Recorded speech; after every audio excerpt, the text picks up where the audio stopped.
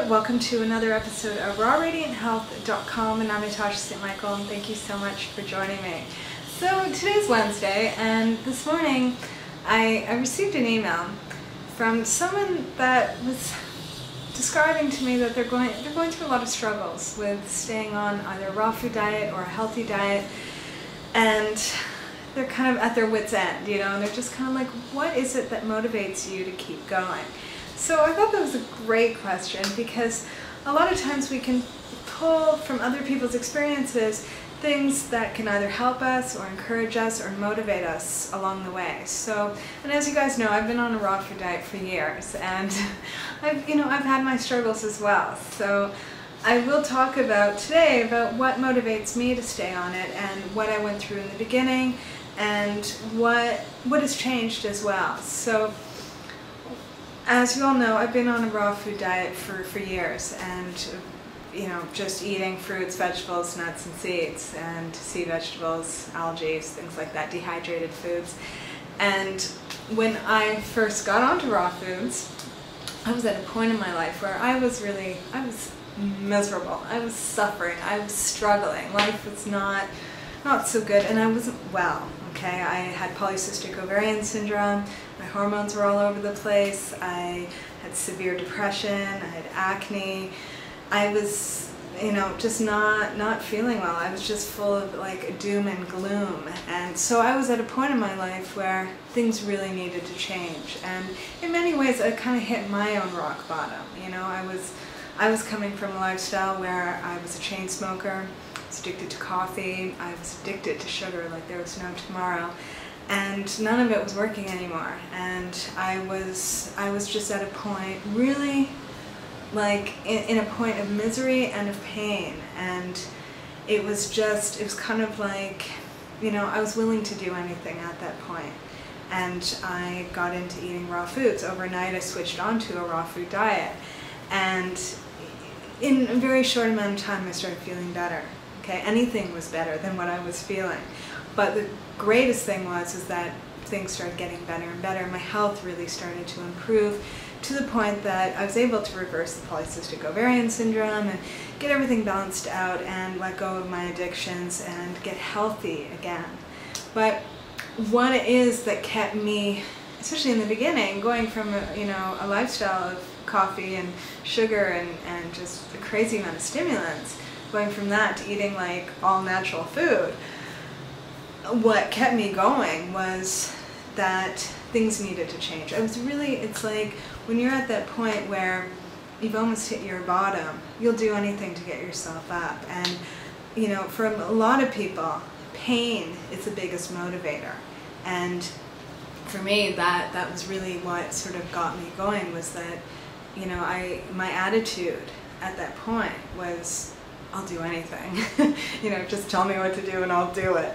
And I was ready to give things up. And for anyone that's ever gone over any kind of addictions, whether it's addictions to food or cigarettes or drugs or alcohol, is that you can rationally know what you're doing is not good for you, but you have to come to that point where you want to change. And I see for most people, because I coach people for a living, that most of the time people are at that point of change really when they're just, the pain is too unbearable, and that they're relating where they're at with so much pain that it's like, they can only make changes at that point. So for me, it was that I was ready, I was ready to finally give things up and to move forward. And that I knew where I was going. I knew what was motivating me. I knew what my goals were. Okay, that it wasn't that, oh, I just want to feel better, and being very vague about it. It was like, no, I need to get rid of this depression. I need to get rid of this feeling of helplessness. I need to get rid of the hopelessness. I need to feel energy. I need to get well. I need to let go of my addictions, things like that. But did I change things overnight? In some ways, yes, and in some ways, no. Okay, so as you guys know, I used to be a smoker, but when I got onto raw foods, I gave up the coffee and the sugar day one, but it took me, I think about a year and a half at least to give up cigarettes. It was not like overnight. I just cut everything out of my life. It was like you know, I had to take the steps, you know, to, at my own pace, and what I was willing to give up and what I wasn't willing to give up, and to look at things sort of in the long run. You can't be like, you know, looking at things so much short term. It's about, if you have a wider perspective of things, then you're less overwhelmed, because you're kind of like, okay, I'm ready, I can do this, I'm willing to do that, and this is going to be a challenge, but I can do it. And there might be other things where you're kind of like, well, you know what, I have to wait a little while until I'm ready to give up those other things. And so that's how I did it, you know, that I changed the food, and I worked on that for a while, and then slowly I was able to let go of the, you know, addiction to cigarettes.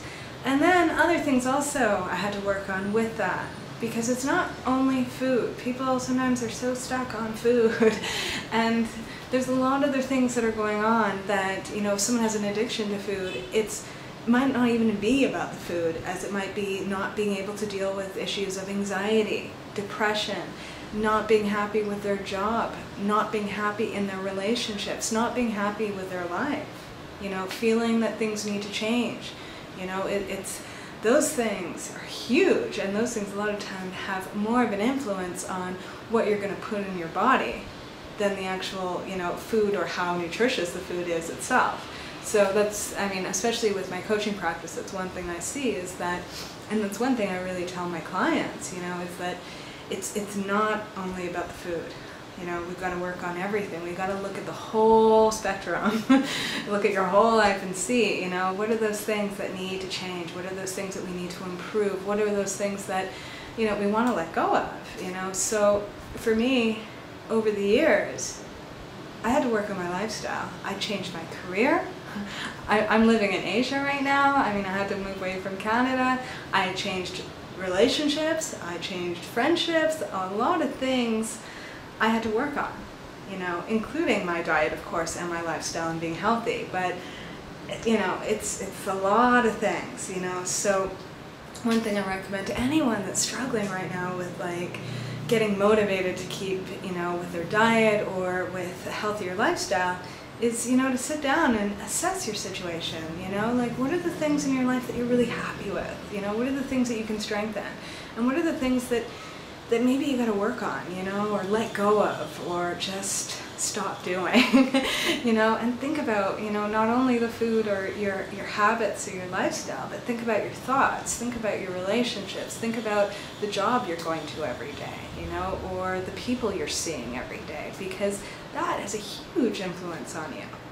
So that's what motivated me in the beginning, but I have to say that has changed a lot now, you know, because I have let go of my addictions, and I've been on raw foods for so many years now, and you know, I've made huge life changes. And I have to say, though, that what keeps me going now is not being so strict with myself, but actually being more open, okay? That I find, you know, I've kind of gone the opposite way, where in the beginning when I was on raw foods, I was very strict, you know, and it was like only raw foods, you know, whereas, as you guys know, when I was in Thailand over the summer, I'd said, like, you know, I'm eating raw foods, but I'm open to eating cooked foods, you know, and I'm still open to eating cooked foods. I might not be eating them, but I'm open to it in my diet, and I know that I'd rather have a more flexible approach to my lifestyle and to my daily life and my living and everything, to now say to myself, well, you know what, you know, I'm open. It doesn't, you know, it's like, you know, there's a point where you might need to be strict with yourself, but there's also a point where that strictness can be claustrophobic. And sometimes we do the right thing when we allow ourselves to do the wrong thing, if that makes any sense. It's kind of like, you know, so if we find ourselves wanting to rebel against ourselves, you know, it's then why not set the limitations wider?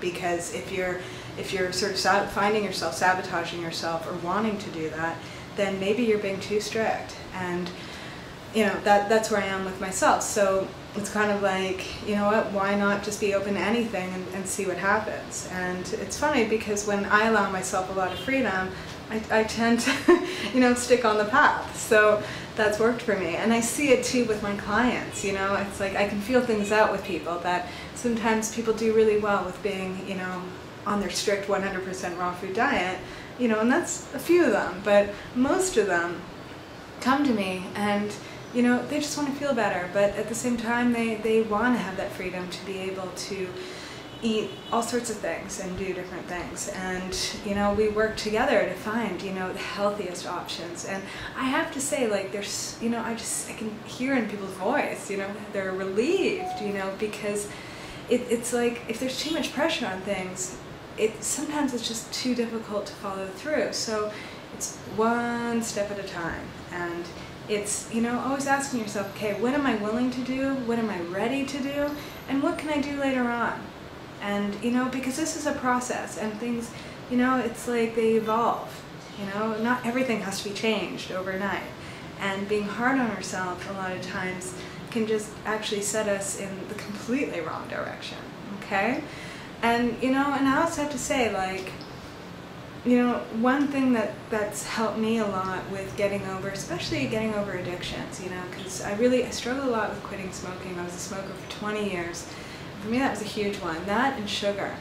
And the one thing that really kept me going with it was saying that to myself, I'll do anything it takes to let go of this addiction, okay?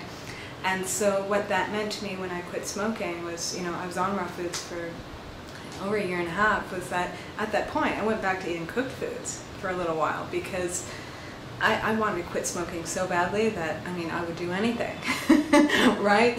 And if that meant eating, some cooked foods, that's what I did. I gained weight. That was something that was all right at that point, because it meant more to me to quit smoking than what I was eating or anything else, And then later on, it's like I got my body back to normal and got my life back on track.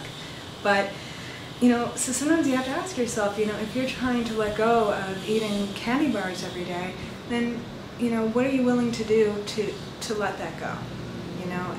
And a lot of times you'll come up with the answer, you'll come up with the motivation, you'll come up with your own guidelines that work for you, all right? So if anyone does need any kind of coaching, or they want to go on a program, whether it's raw foods or just getting more on a whole food diet, I don't push anyone on 100% raw. I want to get people healthy. And if you're interested in doing coaching, it's the end of the year, it's the beginning of the new year, do contact me. You can get more information on my coaching at rawradianthealth.com. Click on coaching and there's information there. And yeah, so I'm wishing you guys a fabulous day, and I'll see you tomorrow. Bye!